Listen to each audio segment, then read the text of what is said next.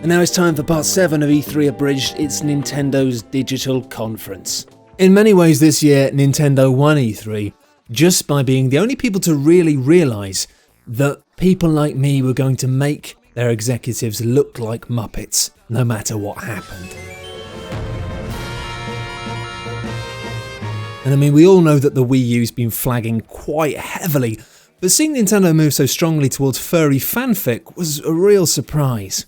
As was the fact that they've moved so quickly from hiring Robot Chicken last year to actually making their own Robot Chicken. Let's see how Amiibo are about to show up in a totally unexpected way. What, do you mean like outside of eBay? The funny thing here is that actually adds up to the exact amount of money that I requested in my ransom note.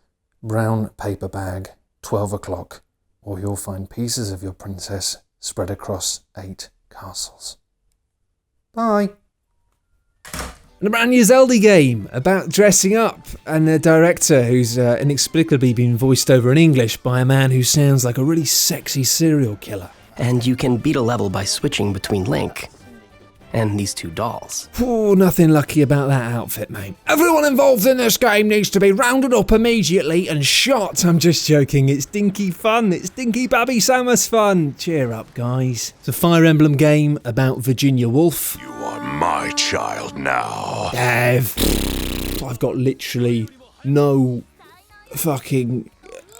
Honestly, I just love these puppets. I just love them. And oh, lovely. It's an Animal Crossing game in which you play an estate agent. So, you cry yourself to sleep every night whilst wanking, and everyone else questions why you're alive. And eventually, you end up like this.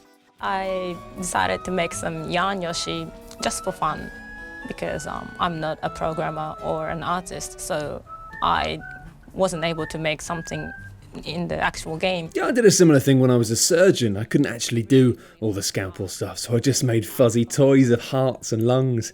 Never got fired. And of course the whimsical world of Mario Tennis, a world in which steroid checks apparently aren't a priority. Yeah, and I'd like a drug test on him as well. And then we had a lovely big long chat with these guys, where they talked about how they made Mario games.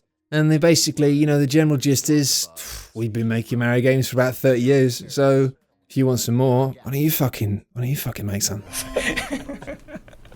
And Reggie lovingly concludes that, there's a bit of Mario inside all of us. Although if it's a bit of this Mario, then you probably know about it. And it's just really nice. Everything was really nice. There weren't many games, but it was really nice. The feel-good vibes stretched out until all the head execs decided they wanted to write an album and just took loads of acid. It was mad. It was a bit sparse, but chin up, guys. At least they're saving all the big good games for a console that isn't as dead as a grey and bloated cheap.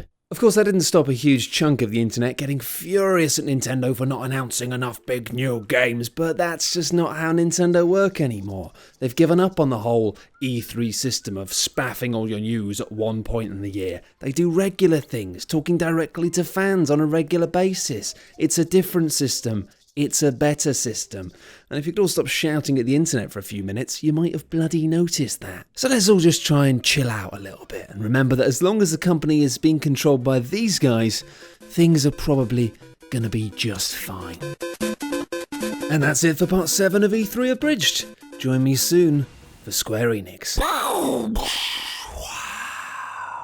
If you've enjoyed this video and you'd like more people to naturally stumble across it on the internet, then clicking the like and subscribe button magically makes that happen. Also, if you really like my stuff, then you might consider funding my work on Patreon, because otherwise it wouldn't happen.